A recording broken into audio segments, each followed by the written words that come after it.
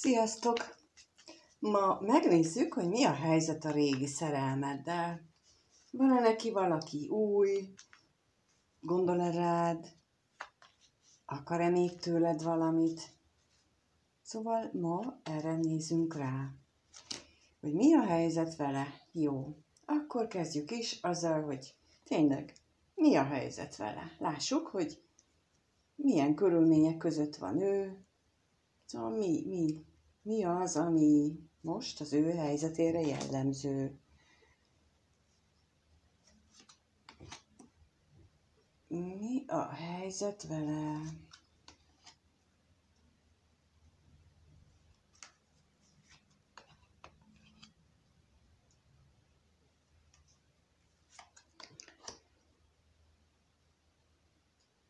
Elsőre kijött a házasság, a hűség, a gondolatok, az utazás és a hamisság.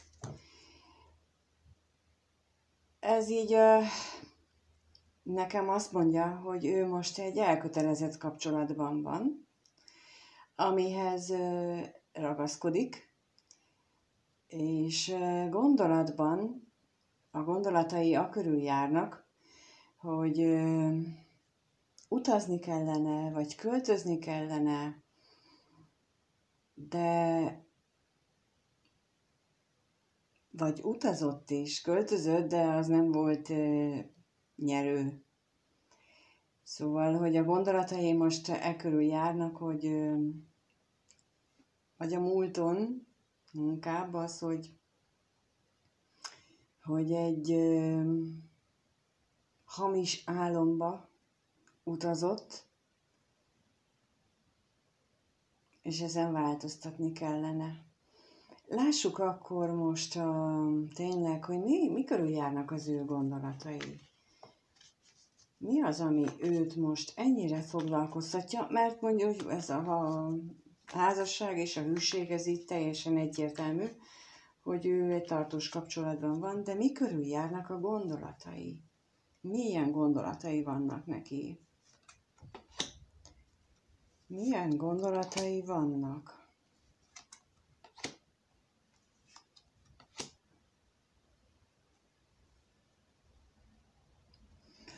Kijött rá az ajándék, a szerelmes nő, az ellenség és az üzenet. És arra azon gondolkodik, hogy van neki egy szíve hölgye. És nagyon sokat gondolkodik rajta. És úgy látszik, hogy itt elválik a tartós kapcsolata, mert hogy a környezetében vannak ellenségek is, akikkel nagyon sokat beszél is erről, vagy lehet, hogy nem is annyira beszél róla, hanem szapulják azt, hogy ő így viselkedett, de ezen nagyon sokat gondolkodik, ezen milyen üzenet, megkérdezem még, hogy mit lehet tudni az üzenetről. A tolvaj és a reménylapja, tehát hogy az ellenséges személyek körülötte, azoknak a beszéde elvette tőle a reményt. Elképzelhető, hogy például a szívehölgyével kapcsolatosak ezek a reményt megszüntető beszélgetések. Ilyeneket mondanak neki, hogy mit akarsz te attól, hát hol vagy te ahhoz, kismiska vagy tőle, vagy hozzá képest, hogy miért foglalkozna az igazából veled, vagy az is lehet, hogy ő saját magának mond ilyeneket, és saját maga értékeli magát ennyire csak. Jó.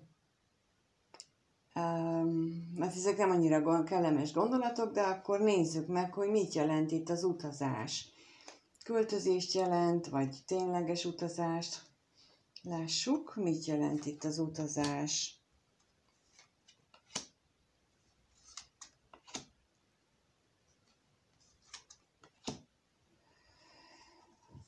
Kijött az özvegyasszony, a váratlan öröm, a veszteség és a pénz. Nagyon nagy veszteségnek éri meg azt, hogy volt az életében egy tőle idősebb nő, és aki rengeteg örömet okozott neki, aki eléggé kiismerhetetlen volt, már úgy értem kiismerhetetlen, hogy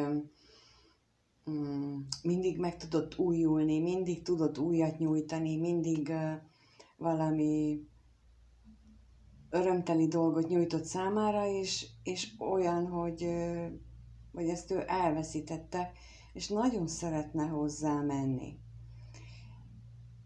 És nagyon nagy veszteségnek éli meg az ő hiányát. Lássuk, mit jelent itt a hamisság. Mi a hamisság itt most? Milyen hamisság van itt?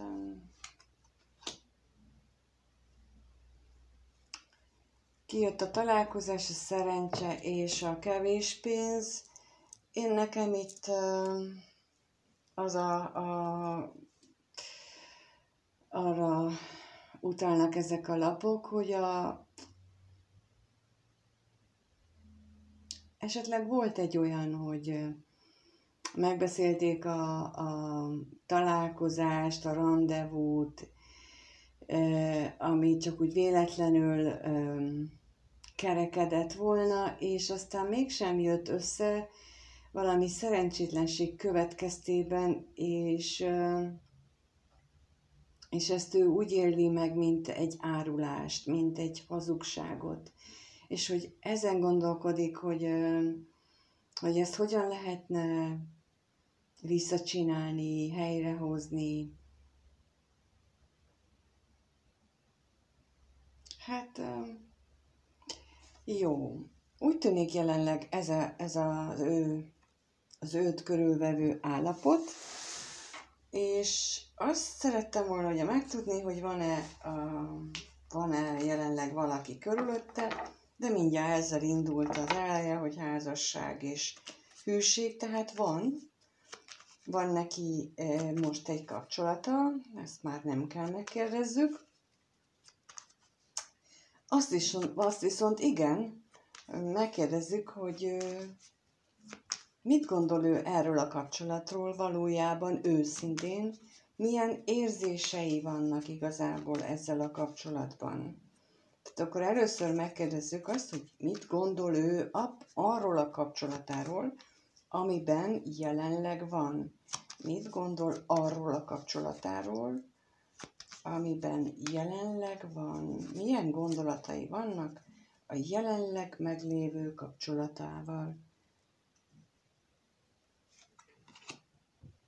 Milyen gondolatai vannak a mostani kapcsolatával? Milyen gondolatok foglalkoztatják a mostani kapcsolatával? Kijött rá a halál, a veszteség, a kevés pénz, a vágyakozás és a gyermek. Hát úgy tűnik, ez a kapcsolat átalakulóban van. De mindenképpen veszteségként éli meg, nagyon szegényesnek. Elképzelhető, hogy igazából nem nagyon van benne már testiség sem, és az is valószínű, hogy ebben a kapcsolatban van gyermek. És nagyon sokat gondolkodik ezen. De lássuk, hogy mit jelent itt a halál. Mi az, ami változik ebben a kapcsolatban, vagyis az ő gondolataiban ezzel a kapcsolattal. Mi változik? Mit jelent itt a halál? A halál mit jelent itt?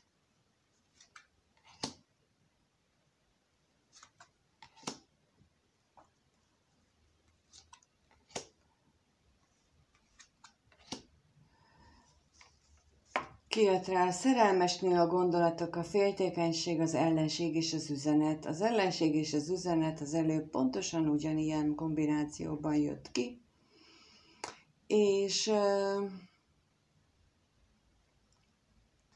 A gondolatai között ismét kijött a gondolat, ami azt jelenti, hogy nagyon erősen foglalkoztatja valami, méghozzá az, hogy az ellenséges beszélgetés, tehát ami körülveszi őt, azok az ellenséges megnyilvánulások, azok hogyan változtatják meg az ő gondolatait a szeretett nő felé. De ezen nagyon sokat rágódik, hogy tényleg úgy van, ahogyan ezek a környezetében meglévő vélemények mondják, vagy ő valóban jól gondolta korábban. Tehát itt nagyon-nagyon kijön nekem az, hogy ő bizonytalan önmagában, és ezzel a halállapjával, hogy ez a változás hogy tényleg változik, vagy csak ő gondolja, vagy tényleg igazuk van, vagy mégis én gondolom jól. Tehát, hogy ilyen semmit sem tud igazából. Nem tudja eldönteni, hogy mi az igaz, mi a hamis, hogy mi van. Valószínűleg azért, mert hogy fejben van, gondolataiban. De lássuk, hogy mi a veszteség és a kevés pénz. Tehát mi okoz neki veszteséget és kevés? Mi okozza a hiányállapotot? Mitől van? Mit gondol, hogy mi az a hiány? Miben szenvedő hiányt a gondolataiban? Kijött a szerencsétlenség és a pénz, tehát egyrészt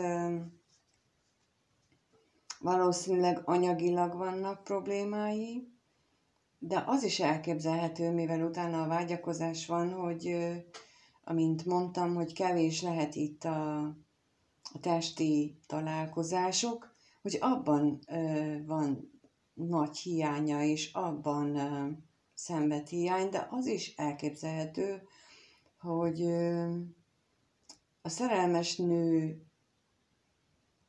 iránti vágyakozását éli meg ilyen nagyon hiányként. Tehát, hogy elképzelhető, hogy lehet más ajánlat ilyen fizikai kontaktusra, de ő csak a nőre vágyik, csak a szeretett nőre vágyik. Mit jelent itt a vágyakozás? Mire vágyik ő? Bár ugye ez elvileg a testi vágyat jelenti, de nagyon vágyik egy találkozásra, mert kijött ugye a találkozás, az állandóság, tehát ő nagyon szeretne találkozni, és ez megint csak a testi vágyat erősíti. És lássuk a gyermeket. Mit jelent itt a gyermek? Hogy tényleges gyermeket jelent, vagy valami mást? Kijött az utazás, a remény.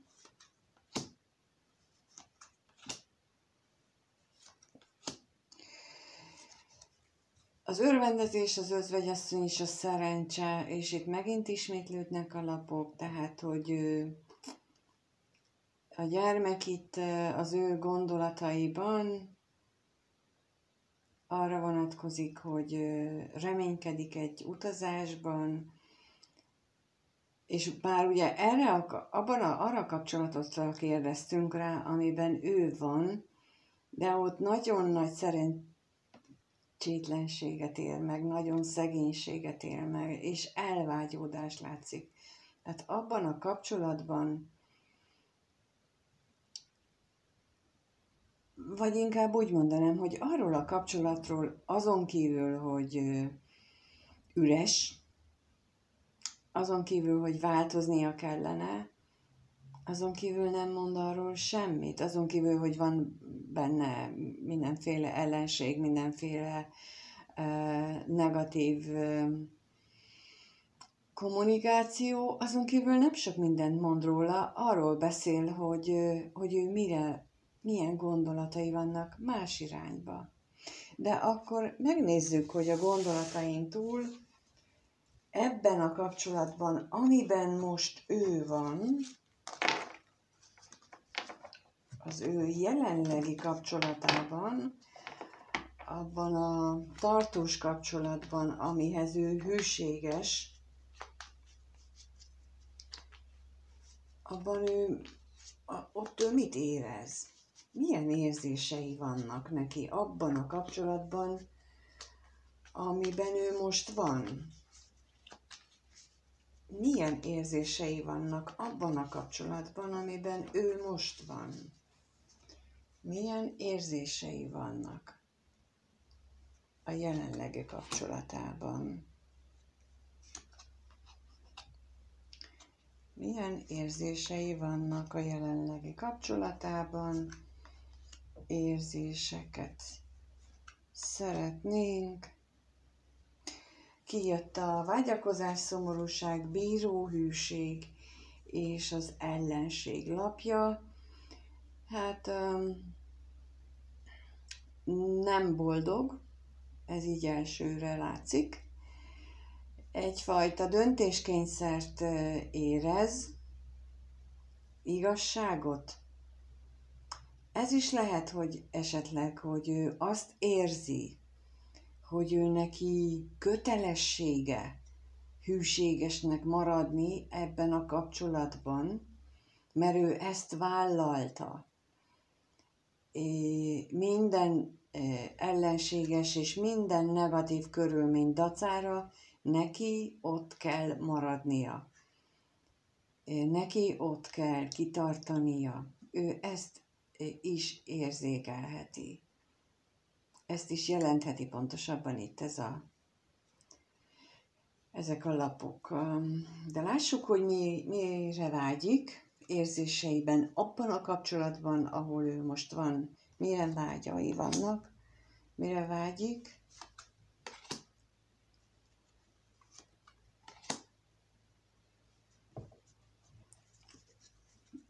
Kijött a házasság, az özvegyember és a gyermek. Még a gyermekre rákérdezek. Kijött rá a remény. Hát ő arra vágyna, hogy ebben a kapcsolatban valamiféle pozitív változás áll be,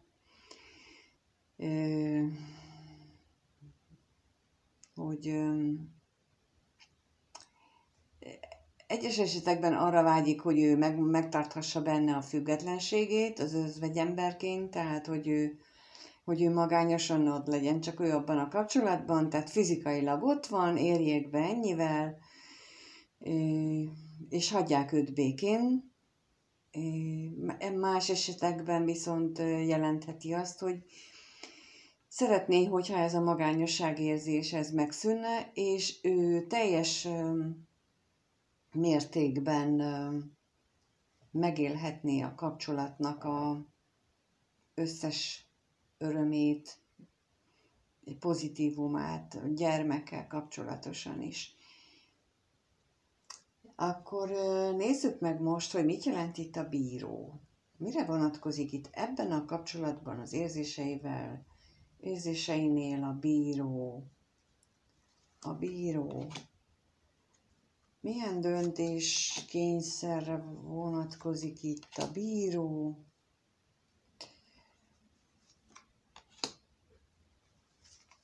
Kijött a találkozás, a váratlan öröm, az örvendezés és a halál.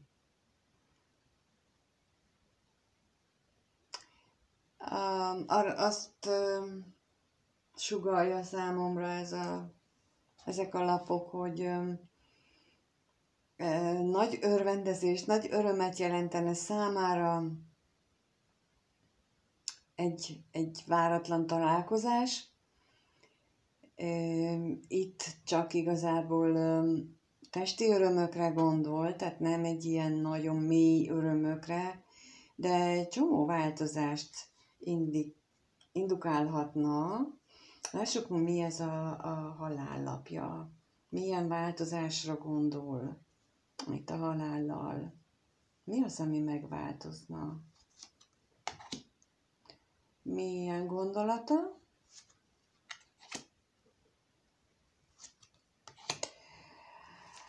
kijött rá ugye a Gondolatatolva és a Katonatiszt.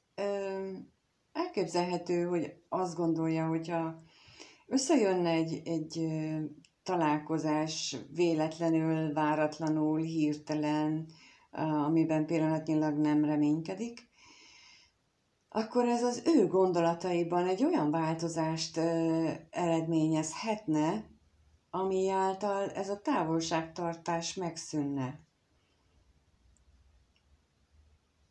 Hogy ugye az előbb azt láttuk, hogy ő neki azt sugallják, hogy ő nem elég, hogy ő nem elég jó, nem elég abba a kapcsolatba, nem elég, akivel itt találkozni akar, annak ő nem elég jó, és ő most azt gondolja itt ebbe a viszonylatba, hogyha mégis megtörténne ez a változás, ez a találkozás, akkor az olyan változást eredményezne, hogy ő legalább tisztán tudná, hogy ő elég jó-e, megfelel-e abba, vagy nem. Jó, lássuk itt, hogy mi ez az ellenség.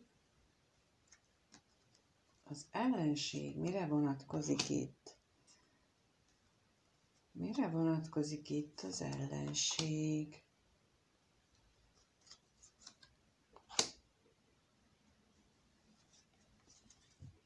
Kijött rá a pénz, a hamisság és a veszteség.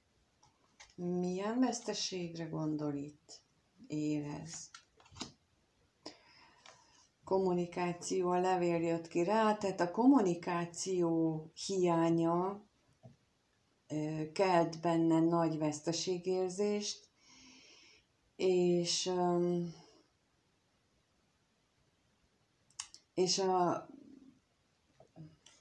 negatív, borzasztó nagy negatívumként éli meg azokat a hazugságokat, amelyek őt körülveszik.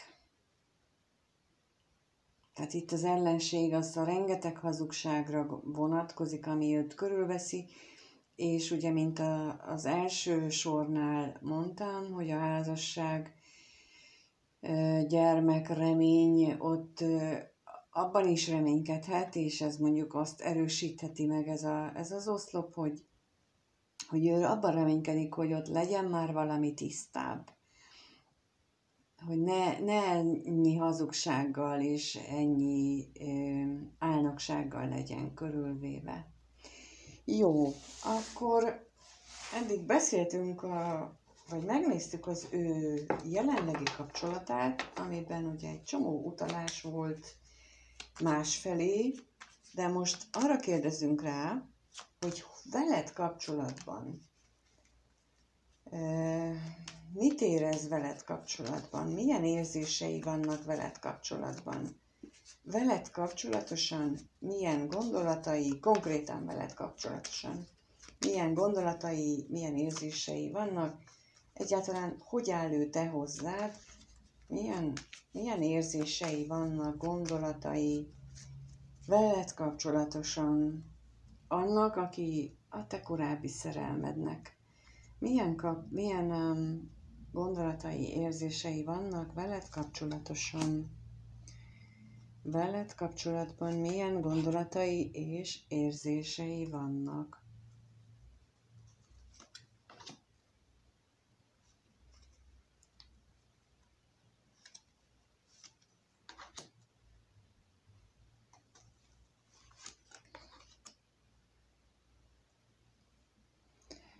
Kijött rá az utazás, a tolvaj, a találkozás, a hamisság és a hűség.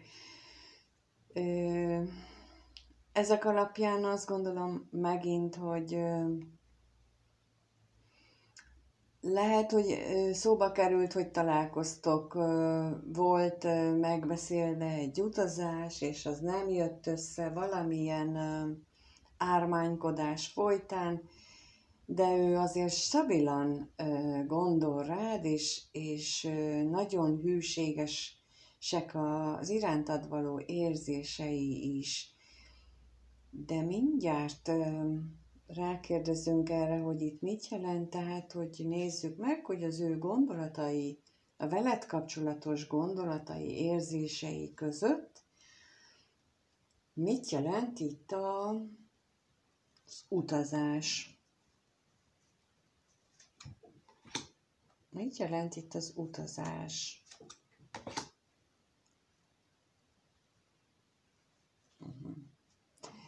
Igen, itt kijött a szerencsétlenség és a ház. Ez arra ad nekem választ, amit az előbb mondtam, hogy meg volt beszélve a találkozás, és történt valami otthon, nála, az ő lakásában, házában, ami megakadályozta ezt az utazást, és ezt jelenti itt. És mit jelent itt a tolvaj? Mit jelent itt a tolvaj?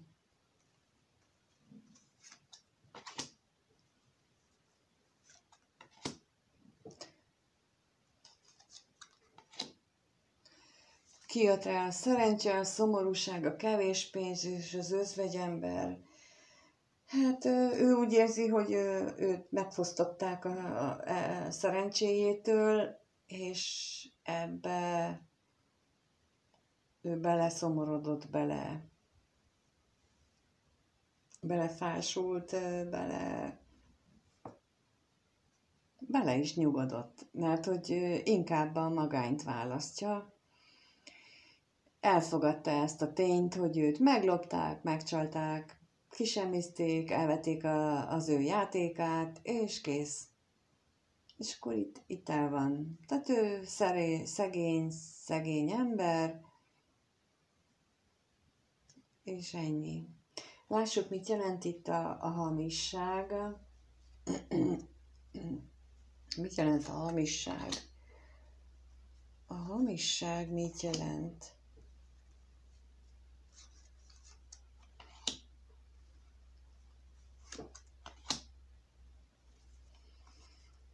Kijött rá a gyermek, az ajándék, a veszteség és a szerelmes nő.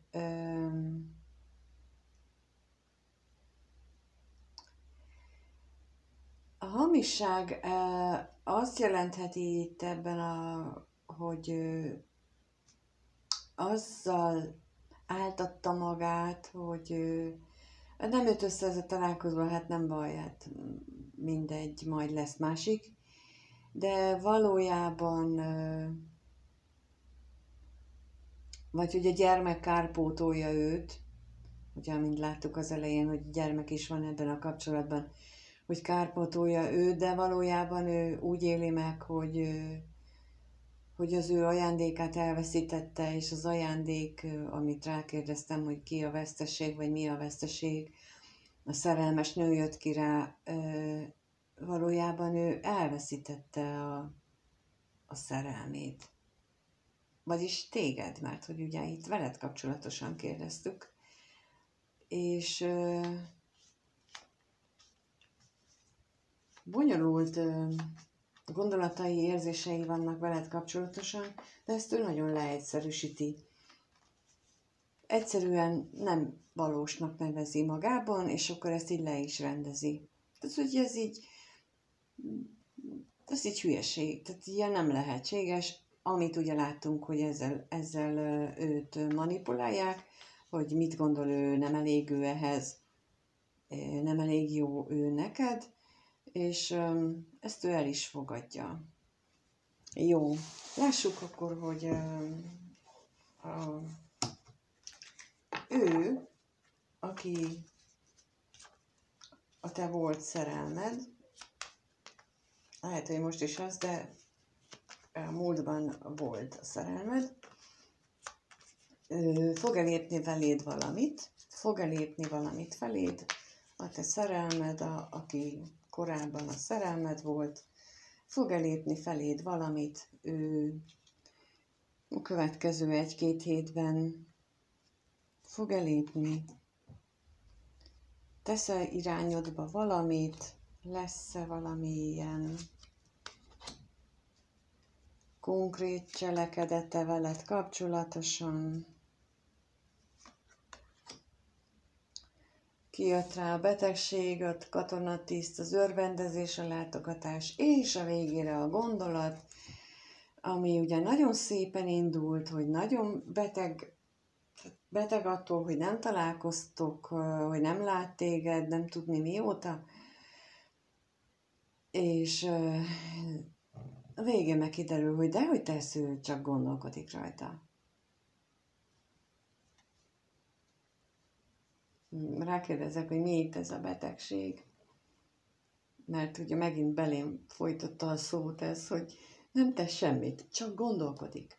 De lássuk, hogy mi a betegség itt.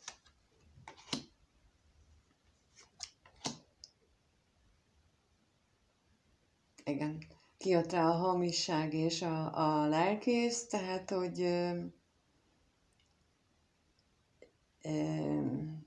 lelki beteg attól, a sok hazugságtól, amit így magában, vagy a környezete benne létrehozott. Rákérdezünk még a gondolatra, hogy csak gondolat marad ez az egész, vagy lesz-e valami.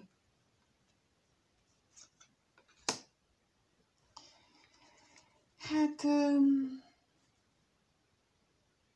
néhányatoknál lesz itten találkozás, ténylegesen, mert kijött rá az utazás és az állandóság ugye jelezheti azt is, hogy a föntiek, az univerzum, ki minek az élet, ki mit gondol, tehát hogy ő is azért bele fog ebbe szólni egyes esetekben, de más esetekben viszont megmaradt gondolat szintjén ez, hogy de jó lenne találkozni. Köszönöm, hogy megnézed, meghallgatod, és köszönöm, ha lájkolsz, feliratkozol, és megírod a véleményedet. Kívánom, hogy a lehető legjobban alakuljon, neki is, mert láthatóan szörnyű állapotban van, neked is, és mindenkinek, aki ebben az egész történetben érintett. Minden jót, sziasztok!